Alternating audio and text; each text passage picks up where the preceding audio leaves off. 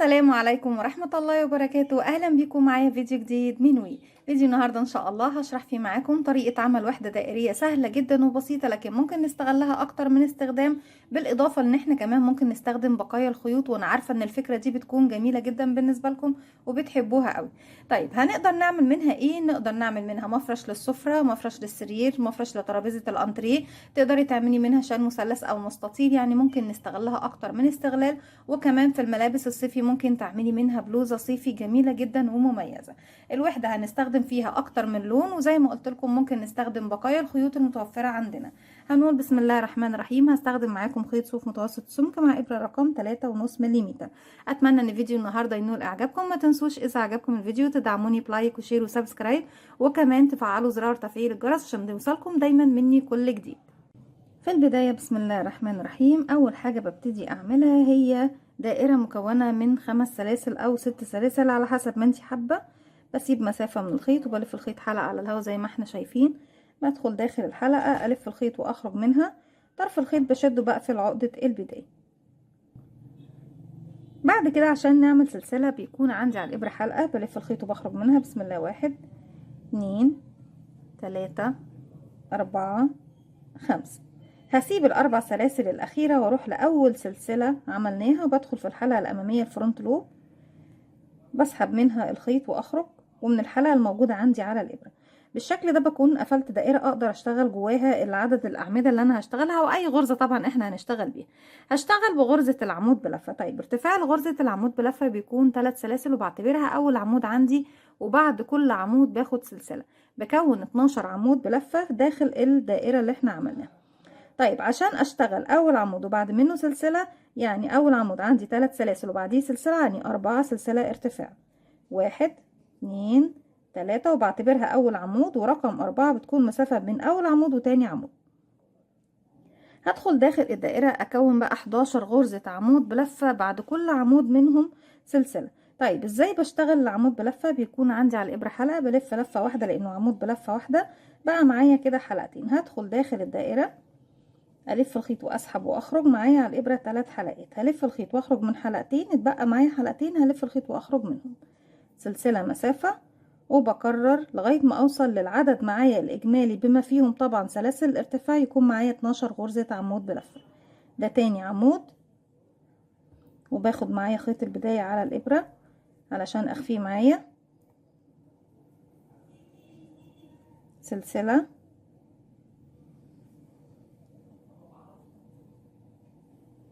عمود سلسلة، وهكذا. احنا كده بسلاسل البداية بقى معايا 1 2 3 4، بكمل لغاية ما اوصل ل 12 وهرجع لكم تاني.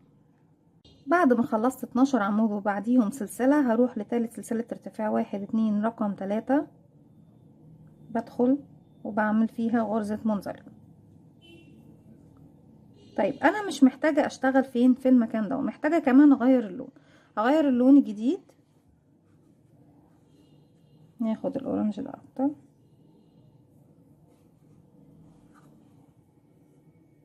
بلف حلقة على الهواء وبدخل اقفلها عقدة بداية، بسحب الحلقة الجديدة من الحلقة الموجودة عندي على الإبرة. طيب مكان الشغل الجديد اللي هشتغله في الراوند الجديد بيكون فوق السلاسل، مش بشتغل فوق الأعمدة. يعني همشي بمنزلقة لغاية أول سلسلة بتقابلني. هبتدي في نفس المكان اللي أنا واقفة عنده، هرتفع سلسلتين 1 2، وأكمل أشتغل كمان غرزة عمود بلفة في نفس الفراغ.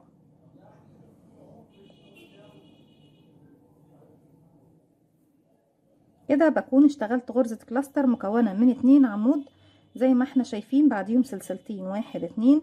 هبتدي بقى اشتغل غرزة كلاستر بشكل طبيعي. طبعا في البداية كنت مضطرة اشتغل سلسلتين وبعديهم عمود واعتبرها غرزة كلاستر، لكن لما هنشتغل بقية الفراغات بشتغل غرزة كلاستر بشكل طبيعي، وهي اني اشتغل 2 عمود بلفة لغاية نصهم، واجمعهم الاتنين بحلقة واحدة من فوق.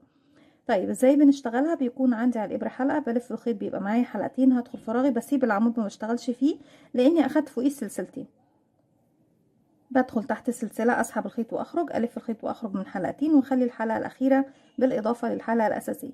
هرجع تاني الف الخيط، وفي نفس الفراغ هدخل اسحب الخيط واخرج، الف الخيط واخرج من حلقتين، اتبقى الحلقه الاخيره خليها معايا على الابره. بعد كده بيكون معايا 3 حلقات هلف الخيط واخرج منهم هما التلاتة.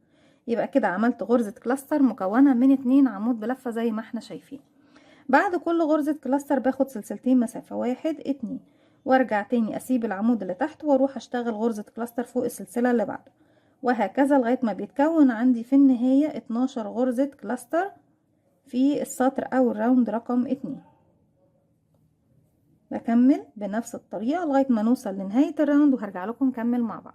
رجعت لكم تاني، وفي السطر الاخير معانا للوحدة الدائرية هي مجرد 3 سطور فقط لا غير، يعني وحدة سهلة جدا وبسيطة ومميزة وجميلة في نفس الوقت، وبتسمح لنا زي ما قلنا في البداية ان احنا نستخدم بقايا الخيوط. بعد ما اخدت سلسلتين بروح للمكان اللي هو فوق الغرزة الاولى، حرف الفي الخاص بالغرزة الاولى، واقفل بغرزة منزلقة زي ما احنا شايفين. والخيط الاحمر لو مش حابه تسحبيه معاكي للنهايه خلاص، في المرحله دي بسيب منه 10 سنتي وببتدي اقصه، يعني مش محتاجين ان احنا حتى نسحبه في السطر ده. هجيب بقى اللون الجديد، خلاص اللونين دول بسيب منهم مسافه 10 سنتي وبقصهم وبنضفهم بابره التنظيف. هبتدي اضيف اللون الاخير،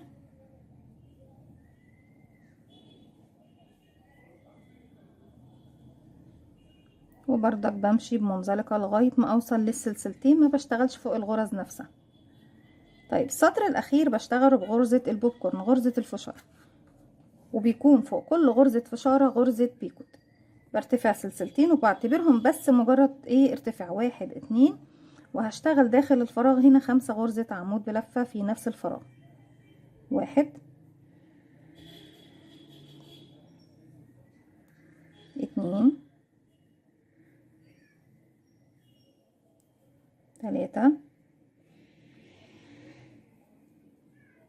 4 5. بعد ما خلصت ال5 أعمدة برفع الحلقة الأخيرة بالشكل دوت، واجي لأول عمود اشتغلته بدخل تحت حرف الفي واسحب الحلقة دي من الخلف بالشكل ده، بصباعي الاوسط بضغط كده على الغرزة وبسحب الحلقة دي من تحت حرف الفي للغرزة الاولى. بعد كده هرتفع كام سلسلة، بس الاول نقفل بسلسلة زي ما احنا شايفين، وبعد كده هرتفع 5 سلسلة 1 2 3 4 5، وهنزل تاني للسلسلة اللي انا قفلت بيها غرزة البيكوت، عفوا غرزة البوب كورن، هسحب الخيط منها ومن الحلقة الموجودة عندي على الإبرة بغرزة بيكوت. بعد كده هاخد 4 سلسلة مسافة 1 2 3 4، وهروح اشتغل فين؟ هروح اشتغل فوق الفراغ التاني، فوق اللي هو عنده سلسلتين. هشتغل 5 غرزة عمود بلفة وبقفلهم غرزة بوب كورن كده. 1 2 3 4 5. بسحب الحلقة الأخيرة بالشكل ده وباجي لأول عمود اشتغلته بنزل تحت حرف الفي زي ما احنا شايفين، وبحط الحلقة دي على الإبرة وبضغط على الغرز ال5 كده للأمان، وبسحب الحلقة دي من تحت حرف الفي، بقفل غرزة البيكوت بسلسلة، عفوا غرزة الفشارة بسلسلة، وبرتفع وبعمل غرزة بيكوت زي اللي احنا عملناها دي مكونة من 5 سلسلة. 1 2 3 4 5. هسيب ال5 سلاسل وانزل للسلسلة اللي انا قفلت بيها غرزة البوب كورن واقفل فيها بغرزة منزلقة. ارجع اخد 4 سلاسل مسافة 1 2 3 4، وابتدي اكون غرزة بوب كورن جديدة. طيب احنا بنشتغل السطر الاخير كله بالشكل دوت، الوحدة الاولى بشتغلها بالكامل بنفس الطريقة، بقية الوحدات ببتدي اشبك الوحدات في بعضها، بيكون معايا 12 غرزة في النهاية، كل غرزتين بشبكهم في وحدة. يعني في البداية لما باجي اشبك الوحدات انا عاملة واحدة هنا لوحدها، بيكون ده شكلها النهائي، بيكون عندي 12 غرزة بيكوت زي ما احنا شايفين. الصف الاول كله لو هتعملي شيء مستطيل مفرش او شال، طبعا مفرش سفرة او مفرش سرير او شال او بطانية بيبي، بتعملي الصف الاول كله بتشبكي كل حلقتين مع بعض، يعني بيكون في واحدة من هنا بتشبكيها في حلقتين، وواحدة من هنا بتشبكيها في الحلقتين اللي بيكونوا مقابلين ليها زي ما احنا هنشوف دلوقتي مع بعض. طيب نشتغل دلوقتي مع بعض غرزة البوب كورن مكونة من 5 غرزة عمود بلفة فوق السلسلتين. 1 2 3 4 5. بسحب الحلقة الأخيرة، بدخل فوق حرف الفي الأول غرزة عمود بلفة عندي، وأسحب من تحت الحرف الفي دوت، بسحب الحلقة دي، هقفل بسلسلة عشان نقفل غرزة البوب كورن. هرتفع بقى كام سلسلة لما باجي أشبك، لما باجي أعمل غرزة البيكوت لوحدها ما برتفع ال5 كاملين، لما باجي أشبك برتفع كام؟ هرتفع 2، 1 2 ورقم 3. هجيب بقى الوحدة اللي هشبك فيها، برفع الخيط فوقيهم هما الاتنين بالشكل ده، والوحدة بيكون زي ما احنا شايفين، ده الوش وده الوش والظهرين ايه من جوه. هاجي من تحت غرزة، يعني اي غرزة بيكوت، لان احنا طبعا في البداية يعني اول وحدتين عندنا، باجي من تحت غرزة البيكوت بالشكل ده، من تحت السلسلة رقم 3 او من تحتهم كده بالظبط في المنتصف. هسحب الخيط وهخرج. ممكن بقى ان انا اسحب الخيط واخرج بالحلقة دي من هنا، وبعد كده اخرج من الحلقتين دول بغرزة حشو، او ان انا اسحب الحلقة دي كمان من تحت الحلقة ايه زي ما احنا شايفين. بكده بكون شبكت في الوحدة المقابلة ليا، وفي نفس الوقت اتعمل معايا غرزة السلسلة رقم 3. هكمل كمان سلسلتين بعدها، 1 2، وانزل بقى هنا عند غرزة البوب كورن، السلسلة اللي انا قفلت بيها الاخيرة هعمل فيها غرزة منزلقة، وبكده بكون خلاص شبكت الوحدة دي مع الوحدة دي باستخدام غرزة البيكوت نفسها. 4 سلسلة مسافة، 1 2 3 4. ارجع تاني اكون غرزة بوب كورن في السلسلتين اللي بعدهم، 1 2 3 4 5. برفع الحلقة بالشكل ده، وباجي عند اول عمود اشتغلته اسحب الحلقة دي منه واقفل الغرزة بسلسلة، وبرتفع سلسلتين، 1 2. كل وحدة بشبكها في الوحدة اللي وراها في غرزتين زي ما احنا شايفين، او في 2 بيكوت.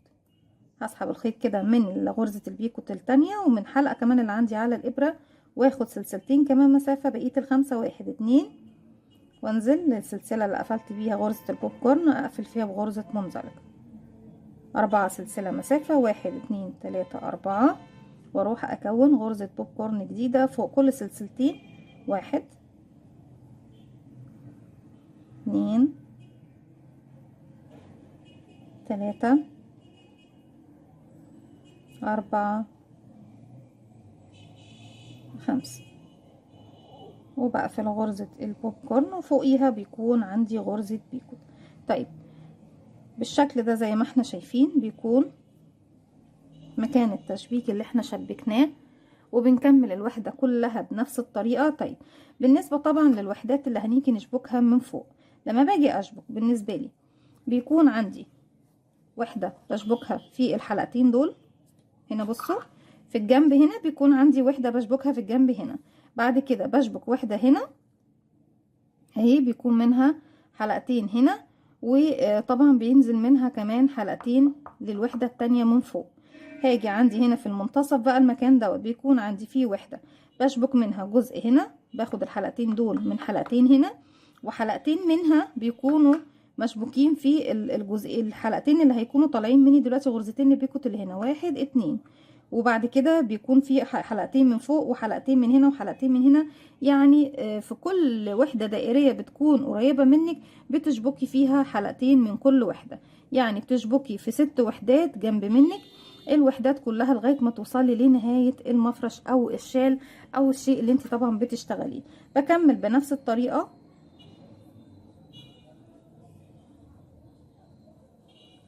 اني بعد ما قفلت غرزة البيكوت برتفع 5 سلسلة، 1 2 3 4 5. ارتفعت ال5، لو انا ما بشبكش في حاجة برتفع ال5 كاملين، لو بشبك برتفع سلسلتين وبقفل وبشبك في الوحدة المقابلة، وبعد كده برتفع سلسلتين كمان، وبعد كده بنزل اقفل غرزة البيكوت. هنزل اقفل غرزة البيكوت في السلسلة اللي احنا قفلنا بيها غرزة البوب كورن. 4 سلاسل مسافة، 1 2 3 4، وبكمل لغاية نهاية الراوند. رجعت لكم تاني، وبعد ما خلصت اخر غرزة معايا هنا واخدت 4 سلاسل مسافة، بروح لفوق اول غرزة اشتغلتها وبقفل بغرزة منزلقة، بلف الخيط واخرج من الحلقة اللي عندي على الابرة، وبسيب 10 سنتي، وببتدي اقص وانضف كل الخيوط اللي عندي من الخلف.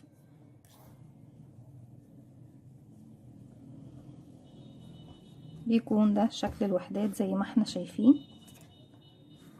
وحدات سهلة جدا وبسيطة، لكن لو مع استخدام مجموعة من الألوان بتدينا شكل مبهج جدا وجميل في فترة الربيع، في فترة الصيف طبعا، وفي الشتاء كمان. الألوان الكتيرة بتدينا نوع كده من الراحة والبهجة. أتمنى طبعا ان حلقة النهاردة أو فكرة النهاردة تكون سهلة وبسيطة وتنول إعجابكم.